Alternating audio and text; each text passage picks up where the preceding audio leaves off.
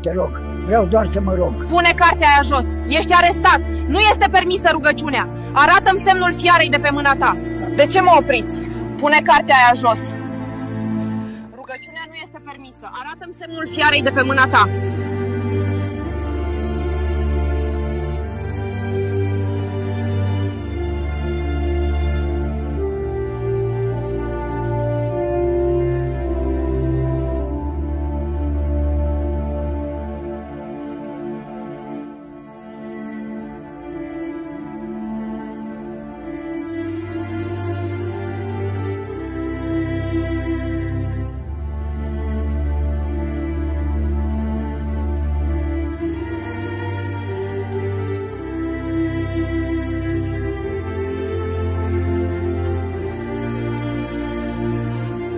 Ce este Apocalipsa?